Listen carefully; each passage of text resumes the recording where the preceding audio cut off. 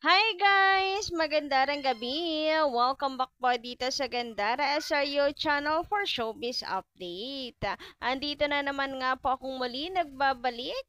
Wala na pong iba ang nagmamaganda ninyong kachismosang Kimpaw, si Gandara, upang magatid sa inyo ng latest update and fresh happenings patungkol kina Kim Chiu and Paul Avellino. Naka, kamusta po kayo? Nakasensya na ako hindi tayo nakapag-update po kahapon dahil walang kuryente. Grabe naman talaga naman ngayon.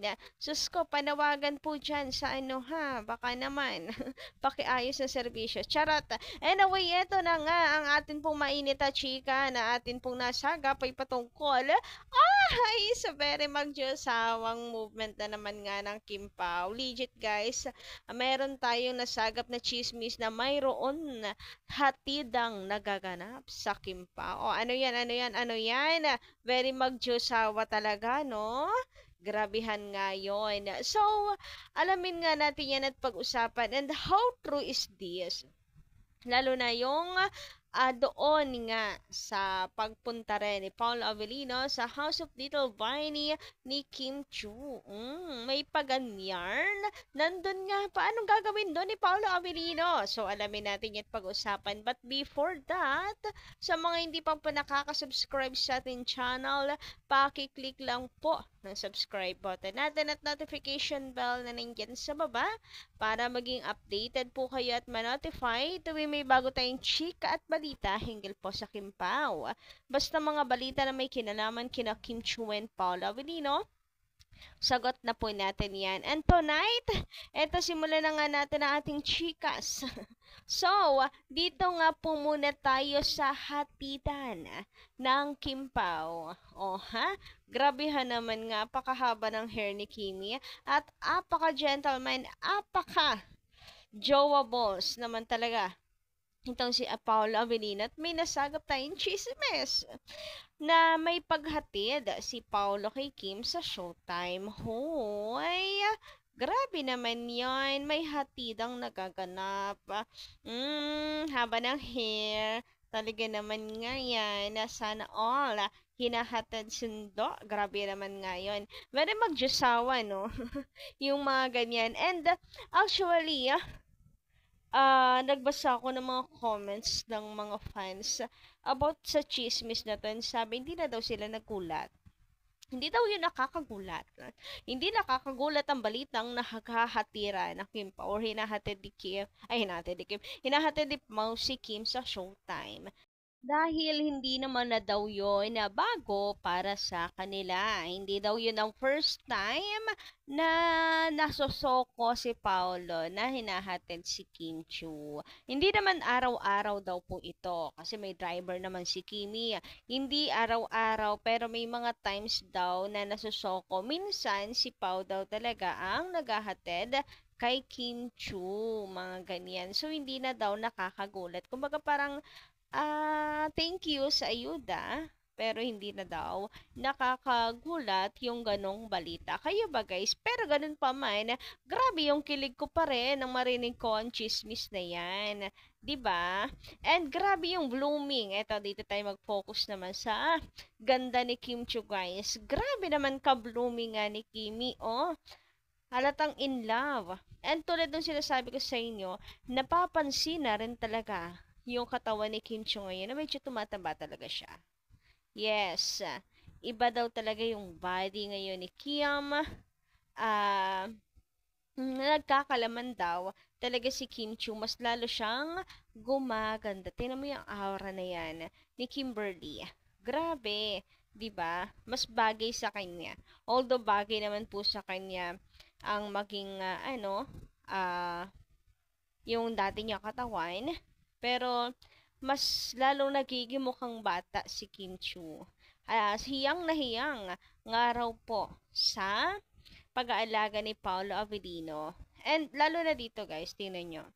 Ang light lang din kasi dito ng makeup ni Kimi, kaya alam niyo naman si Kim, mas maganda talaga siya at mas mukhang bata kapag walang makeup. Tapos pag may makeup kasi siya, maganda pa rin naman. Pero ginagawa kasing matured. Masyadong matured yung makeup niya. Pero pag wala siyang makeup, grabe, napaka baby face. And dito, ano po, ano si Kim, kumbaga ay light lang yung makeup niya kaya talagang labas yung ganda ni Kimberly, 'di ba? Are you agree ba, guys? And ayun nga, kapansin-pansin din talaga na nagkalamay na si Kimberly. Mukhang bumabawi after po ng kanyan talaga naman pong bakbakang trabaho ng mga nakaraang buwan. Samantala, so alam niyo naman napaka-workaholic ni Kimi, hindi talaga matatali, pero at least 'di ba, medyo light na lang yung kanyang trabaho. Kagaya nito, pag-aasikaso of course sa kanyang House of Little Bunny. And you know, guys, mayroon na namang chismis na si Paolo sumunod siya, binuntahan si Kim at may dala pang food for her. Grabehan naman nga. Talaga namang mapapasana all ka. Grabe naman nga ano yan. Hindi na ako maniniwalang friends lang kapag may ganyan talagang galawan si Paolo Avelino. Hindi na kasi galawang pang friends yan, 'di ba? Ay, nako. Sana more ayudas pa about this. Ano? Sobrang, alam ko, ikatutuwa yan ng mga fans, lalo na kung talagang ipupubliko. Kung meron pong mga evidensyas, meron pong ipapa ayuda sa mga fans. Uy, baka naman po Kim Pao, kahit sa Discord lang, pabigay ng clue. Charot! Pero ayan nga, ito po ay sa update ni Ate Hides nung nakaraan. So, grabehan naman nga, napakasipag ni Kimberly. So, talagang hindi lang dapat si Kim ang nag-aalaga kay Pao, vice versa, 'di ba? Grabe. Sinong kinilig dito? Taas ang paa, charot.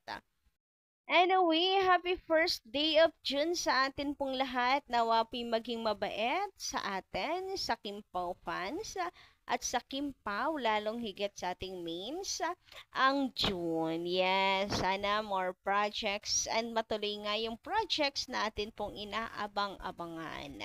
Yan, June na. So, magkakaalaman na po tayo. Samantala, sabi naman dito ni Manam Norma Dayag, magandang gabi po, shoutout sa inyo. Happy first day of June. Anawa ay maganda po ang bungad ng June sa inyo. Sabi niya rito, Gandara, good AM, good PM po ngayon. Yes, abangan namin yan. Sana may teleserye na sila para may mapanood na kaming mga seniors. So, huwag na sanang itambal sila sa ibang lalaki or babae dahil hindi kami magsasawa sa kanila. God bless Kim Pao and all their faithful fans worldwide. So they're legit bloggers and bashers who are nega to Kim Pao. So ayan na nga po, yes, sana hindi po talaga dahil marami pong mawawala ng happy pill niyan. Maraming malulungkot po talaga. Imagine, wala nga lang pong update sa Kim Pao or tahimik lang sila, ang lungkot na. What more pa kung paghihiwalayin pa yung tandem nila, di ba? Samantala, sabi naman po dito ni Madam Marlene Acorda, magandang gabi, shoutout po sa inyo. Sabi niya rito, ay nako, wag nilang subukang paghiwalayin ang Kim Pao. Nako, maraming magkakasakit. Makakasakit sila ng kalooban. Kidding aside, wag naman. Paul is a smart guy and he knows what's best for him and Kim, and I know hindi nagpapatali pag hindi siya sigurado, kaya hindi siya papayag kung anumang plano ng management para sa kanila. Para sa kanila ni Kim, ngayon pa ba na naging magjowa na sila ni Kim?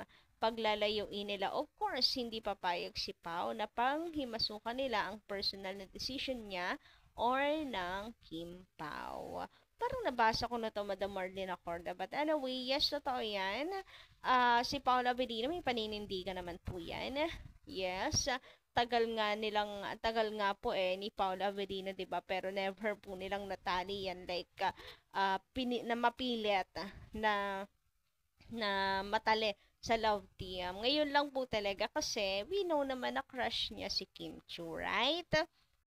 Anyway guys, hanggang dito lang muna ang aking update. Thank you so much sa inyo pong pakikinig and kita-kits po tayo sa mga susunod ko pang chismis na isi-share sa inyo. Maraming salamat.